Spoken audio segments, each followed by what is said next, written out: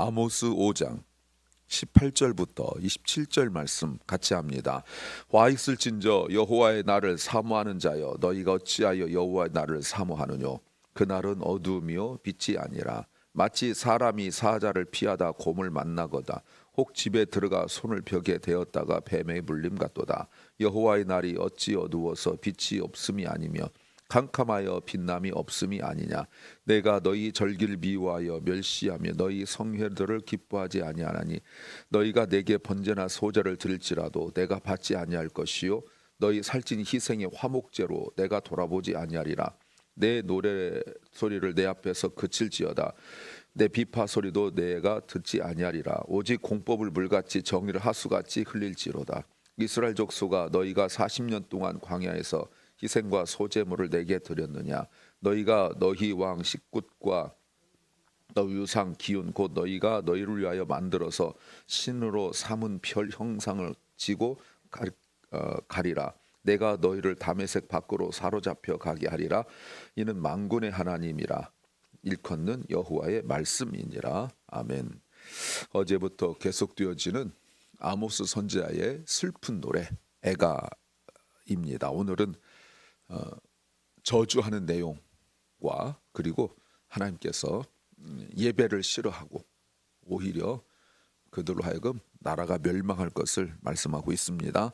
특별히 오늘 여호와의 날이라는 단어가 나오기 시작했습니다. 여호와의 날 18절 말씀에 기다리는 사람들에게 기본적으로 신앙이 잘못되었는데 긍정적인 마음을 가지고 하나님의 축복을 기대한 이스라엘에게 오히려 심판을 말씀하시고 21절부터 절기와 그리고 예배를 하나님께서 싫어하신다 라고 말씀하십니다. 설교 제목은 내가 스스로 만족할 때 빠질 수 있는 위험을 조심하라.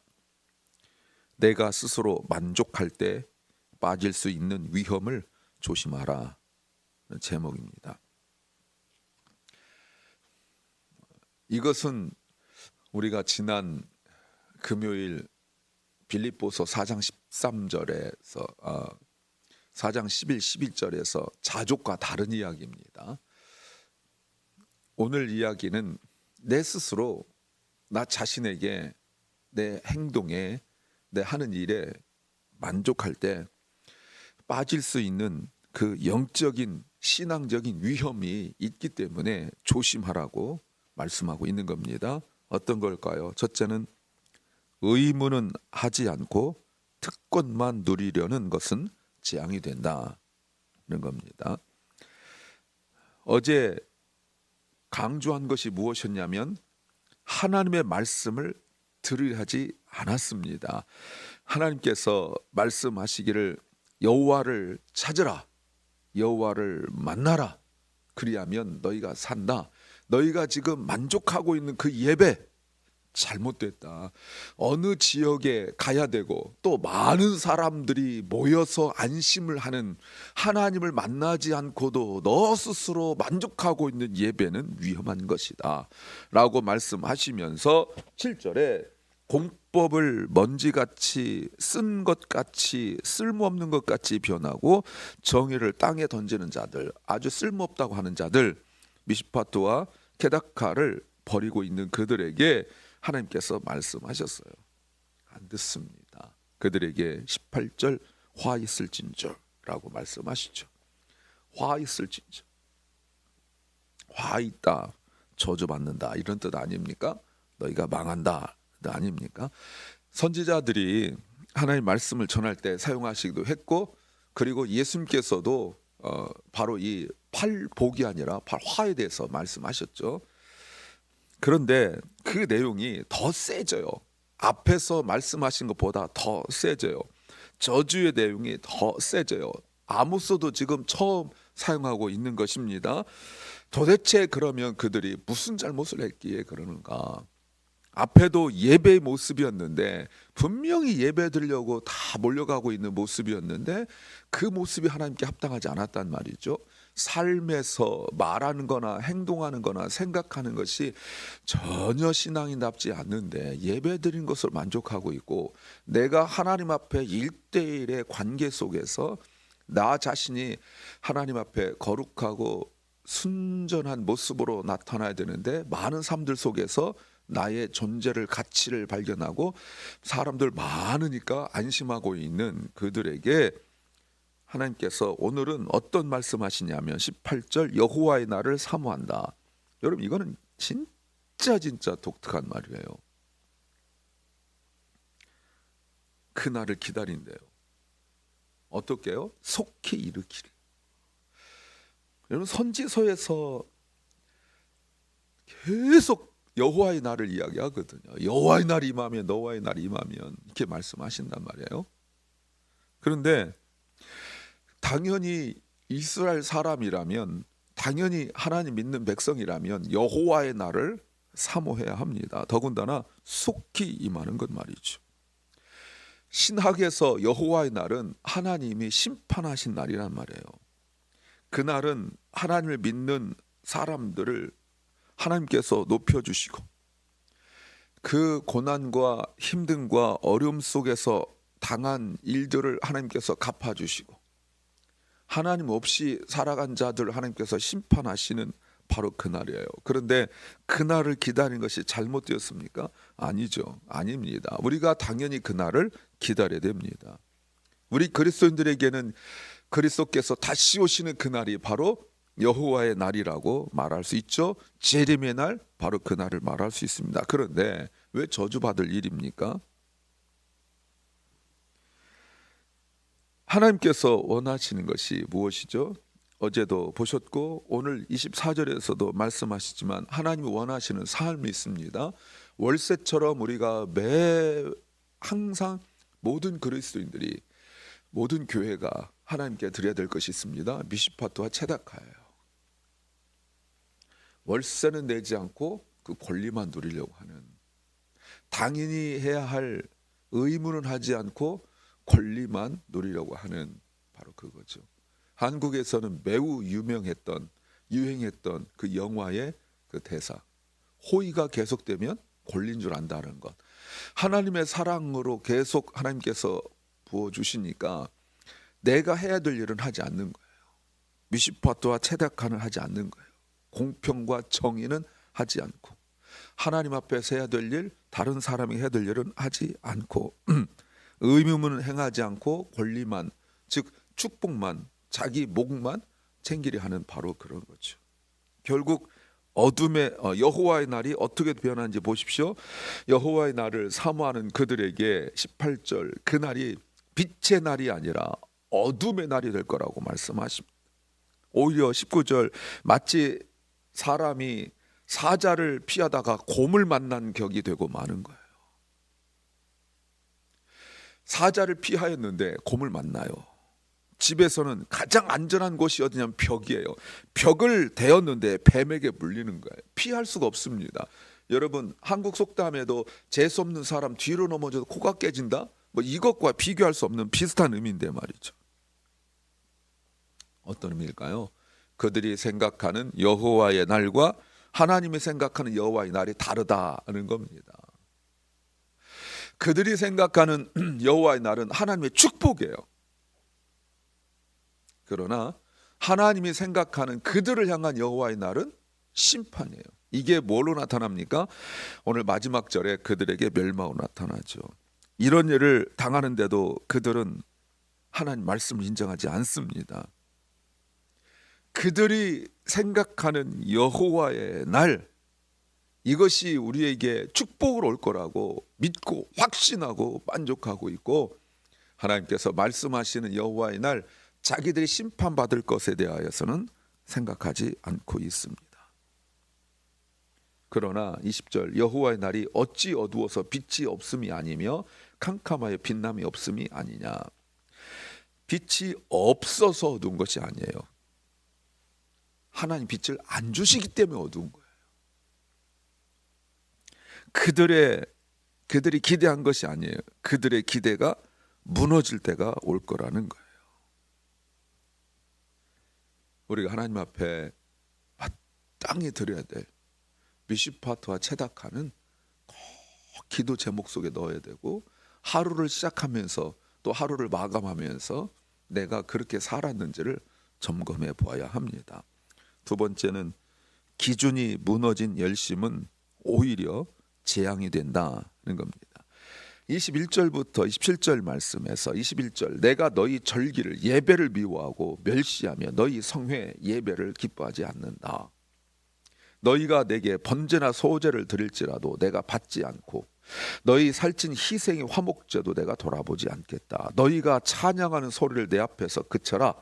내 비파 악기로 소리 내가 듣지 않고 싶다 라고 말씀하세요. 예배를 안 드리는 것이 아니라 예배를 드리는데 잘못된 예배예요. 드리긴 하는데 기준이 잘못되었어요. 주님께서 말씀하신 것은 새로운 기준이 아니에요. 그것이 무엇이냐면 하나님께서 기뻐하시느냐 기뻐하지 않느냐가 굉장히 중요해요. 내가 찬양하느냐 않느냐 이거보다 더 중요한 것이 하나님께서 찬양을 받으실 것인가. 그럼 어떻게 해야 되는 거예요? 두 손 싹싹 빌고 해야 되는 거예요? 눈 감고 해야 되는 거예요? 아니요. 그것은 찬양 드리기 전에 내 삶이에요. 미시파트와 체다카예요. 그게 준비예요. 내가 하나님 앞에 예배를 하나님께서 받으시냐 안 받으냐가 우리가 굉장히 궁금하고 늘 살펴야 돼요. 그래서 뭐 찬양팀을 잘하고 의자 줄 맞추고 이런 게 아니에요. 그게 잘못 알고 있는 거예요. 그게 뭐냐면 예배 오기 전에 미시파트와 체다카예요.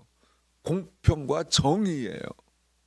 가난한 자를 돌아보고 사람들에게 함부로 말하지 않고 막 그런 거예요. 하나님께서 내가를 강조하십니다. 보세요. 21절에 내가 미워했다. 내가 멸시했다. 내가 기뻐하지 않는다. 내가 받지 않는다. 내가 돌아보지 않는다. 내가 듣지 않는다. 여러분 너무나 부정적이에요. 너무나 긍정적이지 않는 말이에요. 하나님께서 이런 말씀 왜 하십니까? 근데 여러분 우리가 미리 말씀드리면 여기서도 말씀하셨지만 북이스라엘 멸망하기 전에 나중에 남유다가 멸망하고 돌아왔을 때 말라기에서도 하나님께서 똑같이 말씀하세요. 내가 받지 않겠다. 하나님이 받지 않으신대요. 무엇 때문에 그럴까요? 조금 드려서 그럴까요? 아니면 내가 하나님 앞에 어떤 모습 때문에 그런 건가요? 살찐 것도 드렸어요? 아니고요. 24절 오직 공법을 물같이 정의를 하수같이. 공법 미시파트, 정의 체다카. 이게 물같이 하수같이 흘러가야 돼요. 여러분 이 말이 굉장히 중요하죠. 저희 신학교 들어갔을 때 티셔츠, 단체 티셔츠를 이렇게 나눠주던데 선배들이 앞에 큼지막하게 공법을 물같이 정의를 하수같이 이렇게 쓰고 이제 입고 다녔어요. 이게 뭐예요? 흘러가야 된다는 거예요. 물처럼 강물처럼 흘러가야 돼요. 어디로 흘러가야 돼요? 물이 없는 곳으로 흘러가야죠. 그래야 효과 있는 거 아닙니까? 물이 필요한 곳으로 흘러가야 되는 거예요. 여러분 물이 필요한 곳이 어디입니까? 물이 필요한 논밭이잖아요. 거기로 물이 흘러가야 되잖아요. 근데 이 물이 없는 자들, 힘든 자들에게 흘러가야 되는데 그렇게 안 흘러가요. 고여 있어요. 그럼 썩죠. 그리고 어떻게 하죠? 어제도 말씀드렸고 아까 앞에서도 말씀드렸지만 만족하는 거예요. 아 우리 많네. 아, 물 참 많다. 좋다. 라고 있는 거예요. 흘러가야 되는데 높은 데서 낮은 곳으로, 많은 곳에서 없는 곳으로, 풍부한 곳에서 말라 비틀어진 곳으로 흘러가야 되거든요. 근데 이게 흘러가지 않아요. 어떤 의미죠? 예배는 잘 드리는데 삶이 엉망이라는 거예요. 말이 엉망이고 마음 씀씀이가 엉망이라는 거예요. 당연히 해야 할 일을 하지 않고 예배 드리는 것으로 만족하는 그것은 거짓이라는 겁니다. 돈 때문에 다른 사람을 치우쳐서 대하고 나하고 가깝다고 잘해주고 나하고 별 관계 없어서 무시하고 내 머릿속에 뭔가 혜택을 베풀려고 하면 나에게 생각나는 사람에게만, 좋은 사람에게만 혜택을 베풀고 그러면 물이 흐르듯이 흐르지 않아요. 흘러야 하나님의 뜻이 이루어지고 그래서 결실을 맺게 되는데 말이죠. 이웃을 하나님 뜻 가운데 돌보라는 것입니다. 제가 어릴 때 저 외할아버지 방학 때 가서 따라가서 보면 물이 이렇게 흘러 들어오거든요. 옆에 개울이 있어서 발로 이렇게 밟아가지고 물이 이렇게 올라오도록 돼 있는데 그 할아버지 논이 개울 바로 옆에 있던 것이 있었어요. 그럼 물이 넘치면 제 생각에는 거기 보호가 이렇게 있으니까 막으면 될 것 같은데 할아버지가 옆에 터요. 근데 묻죠. 할아버지 여기 왜 터요? 그러면 옆에 논으로 물이 가야 된대요. 내가 할아버지 그러면 할아버지는 계속 고생하시잖아요. 근데 그렇게 하는 거래요. 그래서 그때 할아버지는 하나님 안 믿을 때니까 그래서 이렇게 개울 옆에 내 돈이 있는 거다 이렇게 말씀하셨어요. 세상에서도 기본적 상식이에요. 근데 우리가 하나님의 축복을 받고 은혜를 받고 그래서 예배 드리면서 그것이 가난한 자들, 힘든 사람, 주변 나라에 가지 않는다면 그것은 고이고 썩게 될 것입니다. 그곳이 저수지가 강이 아니라 저수지가 되어서 배 띄우고 노래 부르고 하지만 그것은 하나님께서 기뻐하지 않는 모습입니다. 세 번째는 함께 하지 않을 일을 그만해야 한다는 겁니다. 하나님께서 예배만 열심히 드리고 삶은 엉망인 사람들에게 이런 말씀하세요. 25절 이스라엘 족속아 너희가 40년 동안 광야에서 나에게 희생과 제물을 드린 적이 있느냐? 없죠.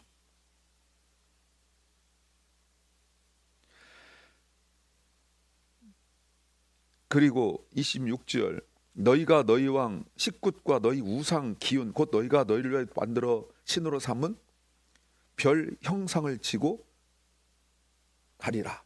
이건 우상의 이름이에요. 식굿 기운이라는 것은 자, 이거 무슨 말입니까? 광야에서 하나님 앞에 제물이 많이 드려서 하나님께서 받으셨냐 이 말입니다. 광야에서는 정말 하나님 앞에 제대로 드릴 것이 없었죠. 왜? 농사를 못 지으니까. 최소한의 것밖에 할 수가 없었어요. 그래도 하나님이 그 예배를 다 받으셨어요. 돈이냐 이 말입니다. 어떤 형식이냐 이 말입니다. 아니죠. 정말 하나님의 은혜가 아니면 살 수 없는 광야에서 하나님만 의지하려는 그 하나님을 절대적으로 믿는 그 믿음이었잖아요. 그때 하나님께서 함께 하셨죠. 그런데 지금은 모든 게 풍성하니까 함께하면 안 되는 우상과 함께하고 있는 거예요. 예배도 드리고 우상도 그들이 섬기고 있는 거죠. 이쪽도 섬기고 저쪽도 섬기고 한다고 생각했지만 하나님은 아무것도 받지 않으신대요. 그들에게 남은 건 뭐죠? 27절 심판뿐이에요. 다메섹 밖으로 나라 밖으로 다메섹 국경이니까 끌려가게 될 거라고 아수르에게 포로 잡혀갈 걸 말씀하시죠. 여러분 이 말이 무슨 말이에요? 내 나라에서는 안 된다는 거예요. 하나님께서 하신 말씀이 내가 너에게 준 땅은 내 거라는 거예요. 그러니 너희가 여기서 나가서 우상을 섬기는 나라 가서 마음껏 우상을 섬기래요. 그러면 여러분 그 땅에서 월세를 안 내니까 미시파트 체dak 안 내니까 쫓겨난 거 아니에요. 우리로 말하면 쫓겨나서 다른 데 가서 마음껏 하래요. 거기는 월세 낼 필요가 없으니까, 거기는 미시파트 체dak화를 할 필요가 없으니까 다른 나라로 내가 보낼 테니까 그 나라 가서 마음껏 우상 숭배하라고 말씀하고 있어요. 여러분 하나님을 사랑하면 이웃도 사랑해야 돼요. 예배는 교회 안에서만 드리는 것이 아니라 교회 밖에서도 삶으로 사람들과의 관계 속에서 말로 드리는 것입니다. 사랑하는 여러분, 그러므로 내가 스스로 만족할 때 빠질 수 있는 위험, 함정을 조심하시기 바랍니다. 기도합니다. 주님, 우리가 하나님 앞에 예배하지만 또 삶에서도 예배하게 하옵소서. 사랑하는 결란과 우리 사랑하는 자녀들이 하나님 앞에 반드시 나와 예배해야 되지만 말하는 것, 행동하는 것, 다 하나님께서 아시기 때문에 늘 조심하게 하옵소서. 오늘도 병중에 있는 연약한 성도들을 주께서 치유하시기를 간절히 소망합니다. 은혜 베풀어 주시고 주님의 손으로 저들을 주께서 품어주시며 그들 속에 있는 모든 약함과 악함이 떠나게 하여 주시옵소서. 오늘도 말씀을 정직하게 진실하게 읽을 수 있도록 주님 은혜 베풀어 주시옵소서. 오늘 하루 우리에게 주신 주님 감사합니다. 우리가 주께서 주신 선물의 날인 줄 믿습니다. 오늘 이거 귀하고 복된 날 예배자의 자세로 살아갈 수 있도록 은혜 베풀어 주시옵소서. 예수님 이름으로 기도하옵나이다. 아멘. 하늘에 계신 우리 아버지여, 이름이 거룩히 여김을 받으시오며 나라의 마옵시며 뜻이 하늘에서 이룬 것 같이 땅에서도 이루어지이다. 오늘날 우리에게 일용할 양식을 주옵시고 우리가 우리에게 죄 지은 자를 사하여 준 것 같이 우리 죄를 사하여 주옵시고 우리를 시험에 들게 하지 마옵시고 다만 악에서 구하옵소서. 대개 나라와 권세와 영광이 아버지께 영원히 싸움나이다. 아멘.